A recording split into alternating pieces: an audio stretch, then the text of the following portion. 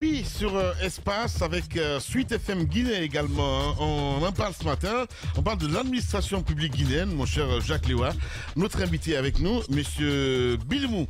Docteur, bonjour et bienvenue. Bonjour mon cher Lamine, bonjour à vos millions de téléspectateurs, bonjour au colonel. Bienvenue, colonel. Ah, au colonel.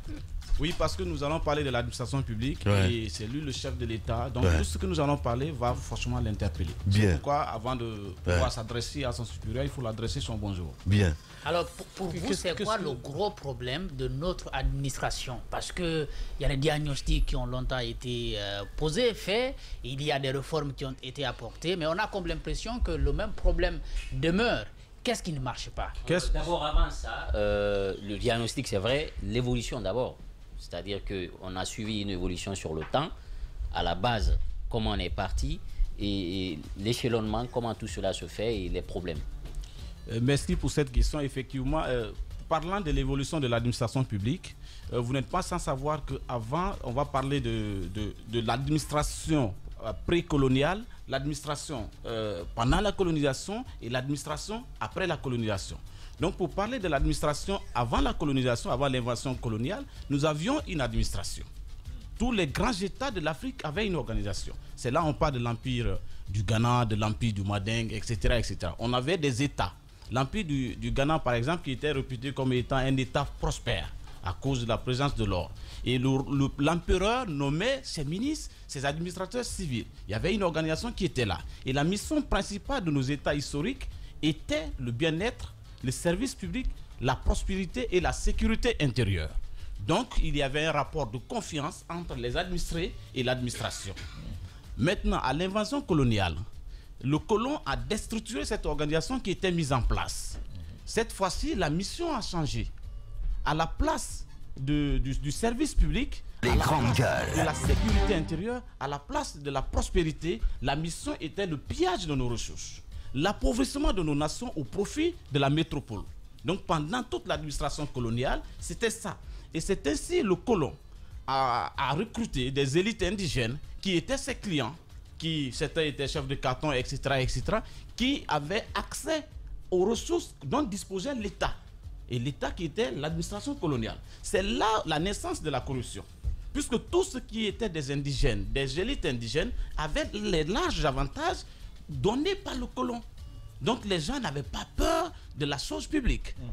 Puisqu'ils travaillaient pour le colon. Et l'administration coloniale, comme je l'ai dit, sa mission était le pillage. Donc ça fait que c'est là où la corruption, le patronage, le clientélisme sont nés. Et maintenant, après cette période, en lieu et place des rapports de confiance entre les administrés et l'administration, sont des rapports de méfiance, du patronage et du clientélisme. C'est ce à quoi nous assistons aujourd'hui. Ce système que vous décrivez, permettez-moi, ce système que vous décrivez, monsieur Bilimou, n'est pas propre aux États qui ont été colonisés. Le clientélisme, la corruption, c'est un fait général.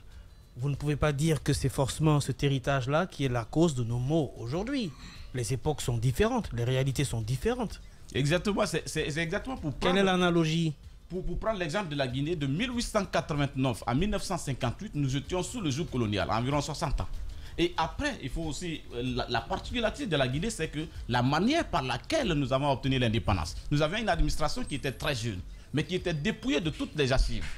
Vous n'êtes pas sans savoir que le colon, en partant, le nom brutal de la Guinée, le colon est parti avec toutes les archives. Donc le cas particulier de la Guinée, M. Roby, est que l'administration avait commencé à zéro en 1958. Mais est-ce qu'on n'avait pas l'occasion, à partir de 1958, de marquer une rupture? Parce que si l'administration coloniale avait engendré la corruption et le clientélisme dont vous parlez, est-ce qu'à l'avènement de la Première République, on n'a pas tenté de rompre avec ces pratiques-là? Effectivement, c'est le système dont on parle, c'est ce qu'on va essayer de démontrer tout à l'heure. Pourquoi on n'a pas rompu avec ça?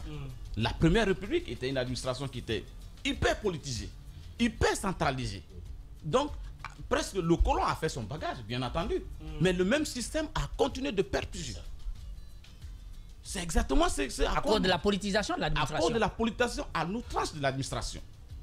Et c'est ce que Henri Lopez a dit, nos ongles sont partis, mais la misère est toujours là. Exactement. Et donc faut-il chasser. Alors justement, l'évolution, on sait que 84, Sékou Touré décède, Lansana Conté arrive. C'est l'ouverture, un pouvoir centralisé, une économie planifiée. Cette fois-ci, on se tourne vers une économie libérale avec ses conséquences, l'ajustement structurel. Et comment l'administration se structure à cette époque-là et ce qui continue d'ailleurs avec l'actualité. Comment la mutation s'effectue et quelles ont été les implications? Comment la mutation s'effectue? Vous savez, quand on parle de l'administration, on parle des valeurs de l'administration. Quand on prend l'exemple de la France, qui on a calqué notre modèle administratif, la France, après que la guerre ait tout détruit, la France avait 3 priorités. La première priorité, c'était de construire une nation. La deuxième priorité, c'était les infrastructures. Et la troisième priorité, c'était l'école nationale d'administration. Et ici, sur nous n'avons pas une école nationale d'administration. Bien sûr, ça existe. L'ENA? De nom. L'école française de nom. Voilà. Okay. De nom. Voilà. De nom. Mais sinon, ça existe quand même. Et donc, ce qui fait que... Des grandes gueules. Monsieur Duba, pour revenir à votre question. Quand même. Ce qui fait que dans les autres pays où existe l'école nationale d'administration, les administrateurs sortent de cette école. Donc, ils sont préparés à porter l'administration. Ils sont préparés à la gestion de la chose publique. Ils incarnent les valeurs de l'administration publique. Mais pourquoi faut-il toujours attendre des autres pour... C'est bien de dénoncer tout ça. Vous êtes un expert à la matière. Moi, j'arrive pas à comprendre que si on parle de l'administration aujourd'hui, on se dit qu'il faut aller avec un expert à la matière. Comment est-ce possible? Parce qu'on se dit, on est bien dans ce qu'on a trouvé déjà, en fait. Un laisser-aller total. Oui, comment expliquer que les mêmes choses se répètent? Exact. En fait, comme nous l'avons dit tout à l'heure, lorsque une administration ne vaut que par l'animation des acteurs, on ne peut pas parler de l'administration publique sans parler des acteurs qui animent cette fonction. Et si ces acteurs ne sont pas habilités, n'ont pas les aptitudes, la qualification reçue, quel résultat allons-nous nous attendre? C'est là la grosse question, monsieur Lamine. Donc un héritage lourd. Mais monsieur Bilimou, je comprends bien ce que vous êtes en train de dire.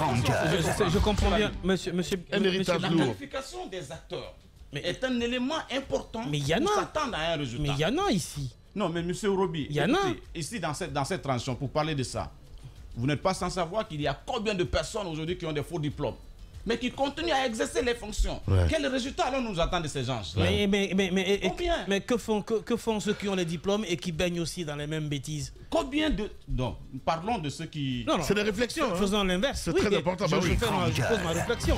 Que faisons-nous aussi de ceux qui sont bardés de diplômes, mais qui baignent dans la même bêtise? Mais ici, aujourd'hui, la majorité de ceux qui n'ont pas la qualification, moi je vous demande tout à l'heure 100 000 francs, pendant que vous n'avez que 10 000. Mais quelle que soit votre bonne volonté. Alors, quel apport de solution aujourd'hui, docteur? Est-ce que vous pouvez donner ça? Vous ne pouvez pas. Quel apport de solution? Demander des résultats à des gens qui n'ont pas la qualification. Maintenant que vous avez fait les diagnostics, c'est connu. Quelles sont les approches de solution? Voilà, et les approches de solution au niveau central, au niveau déconcentré et au niveau décentralisé. Bien. Très bien. Comme déjà, l'administration publique guinéenne, la structuration des pouvoirs politiques en Guinée se focalise à 3 niveaux. Le niveau central, vous avez les ministères. Le niveau déconcentré, vous avez l'administration préfectorale, l'administration régionale, l'administration sous-préfectorale. Vous avez également le 3e niveau qui est le niveau décentralisé. C'est là qui consiste au transfert. Les communes urbaines, etc. Donc ici, le niveau déconcentré, c'est pour permettre effectivement de ne pas tout concentrer ici. Mais malheureusement, ça ne fonctionne pas comme ça. Parce que vous avez un problème à Yomou. En principe, un enseignant de l'école primaire ou du collège, il n'a pas besoin de se déplacer pour venir à Conakry pour régler son problème. Si la déconcentration de l'administration fonctionne correctement. Mais malheureusement, les gens peuvent quitter là-bas pour venir, ne serait-ce que pour un congé de mise en formation. Et donc ça veut dire quoi? Quelle solution? Il faut redéfinir le rôle de l'administration publique, monsieur Lamine. Il faut redéfinir le rôle de l'administration. Dépolitiser peut-être. En faisant quoi? Voilà. Il faut dépolitiser l'administration publique et redéfinir le rôle. En faisant quoi? En faisant quoi exactement? En faisant quoi exactement? Oui. Comment redéfinir le rôle de l'administration publique? Aujourd'hui, l'administration se limite simplement à la satisfaction des besoins de la plupart de ses employés. Maintenant, il faut aller un peu plus loin. Il faut dépolitiser l'administration. Mettre des gens qu'il faut. Démocratiser les postes. Démocratiser les postes. En quoi faisant, ça, c'est pas définir le rôle. Ça, c'est ça. Vous êtes non. Là, vous avez dit qu'il faut définir le rôle, pas placer les hommes. Quel rôle dans l'administration aujourd'hui qu'il faut définir? Parce que j'ai l'impression que vous voulez parler de la mise en place d'une nouvelle forme d'administration. Effectif. Alors, quelle est la nouvelle forme que vous proposez? Redéfinir le rôle consiste à inculquer la notion du service public à chaque acteur. Que les gens comprennent que le citoyen qui est devant eux, c'est le patron. C'est lui qui le sert. Le patron n'est pas le ministre. Le patron n'est pas le directeur général. Le patron, c'est le citoyen. Donc l'administration on doit inculquer ça aux acteurs. En quoi faisant? C'est ça. Comment l'inculquer? Par la formation, bien entendu, et par le recrutement sur la base du mérite. Ouais. La base du mérite, c'est bien dit. Justement, si vous évoquez ces faux diplômes, entre autres, parce qu'il y a des recommandations. Monsieur Biloumou, moi je vais vous regarder dans les yeux et je vais poser cette question parce que ça se passe comme ça, partout d'ailleurs. Hein, voilà, à dire, les relations ça compte. Vous savez très bien. Oui. Les recommandations et tout ce qu'il y a autour. Comment faire aujourd'hui pour contourner tout cela? Votre solution à vous? Très bien. Les relations ça compte. Je n'en disconviens pas. Ouais. Mais la transition était l'occasion rêvée. Ouais. L'occasion rêvée parce que c'est un beau matin, le 5 septembre, c'est un colonel qui s'est levé et qui a pris ses responsabilités. Ouais. Alors, il n'avait de compte à rendre à qui? Qu'au peuple de Guinée. Oui. Il n'avait de compte qu'à rendre au peuple de Guinée. Ouais. Donc, on pouvait effectivement organiser des compétitions pour sélectionner les meilleurs. Mais ça a été fait.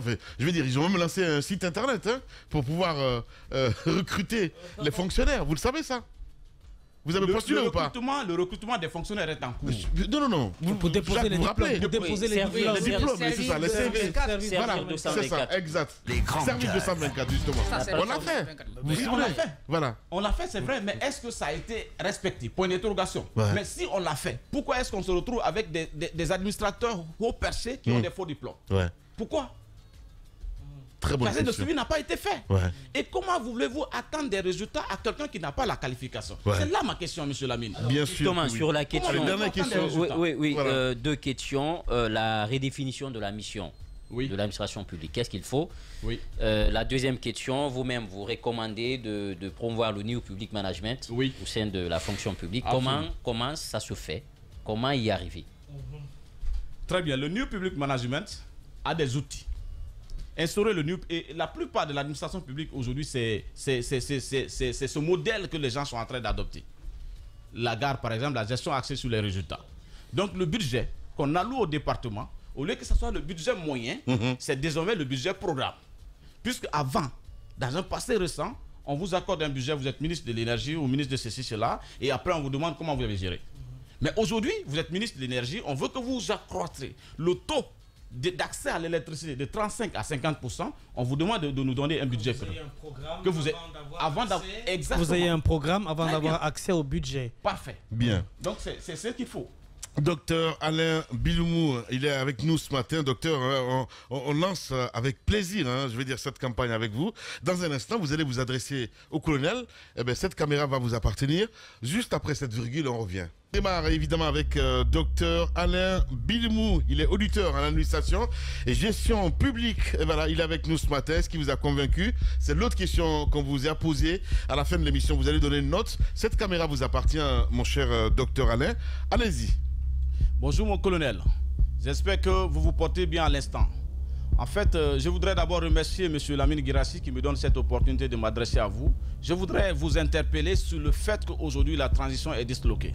Il faut avoir le courage de vous le dire. C'est disloqué par le fait que les acteurs majeurs qui sont censés aujourd'hui mettre en œuvre votre vision ne sont pas en train de faire correctement. Aujourd'hui, on crée plus de frustration dans la cité que de satisfaction. Et vous n'avez pas intérêt, mon colonel. Aucun Guinéen n'a intérêt que cette transition échoue. C'est pourquoi je vous interpelle à prendre vos dispositions, des dispositions et la volonté que vous avez, nous le connaissons, mais prenez des dispositions pour que les acteurs arrêtent de créer de la frustration. Aujourd'hui, règne au sein de cette cité la piscose. La piscose. Les citoyens lambda ne se sentent plus en sécurité. Des visites inopportunes, des descentes punitives des militaires dans des familles. Récemment, la famille Kaba en a payé les frais du côté de Samatra. Et on apprend que des familles sont aujourd'hui inquiétées. Des boutiques fermées. Et donc, mon colonel, tout cela ne vous aide pas. ça n'aide pas à la réussite de cette transition. Je voudrais que vous preniez toutes vos responsabilités comme vous l'avez fait le 5 septembre pour que finissent tous ces déboires. Je vous remercie. Voilà. Docteur Alain Bilimou, il a ouvert donc le bal pour cette campagne, mesdames et messieurs, avec les grandes gueules. Merci de nous rejoindre.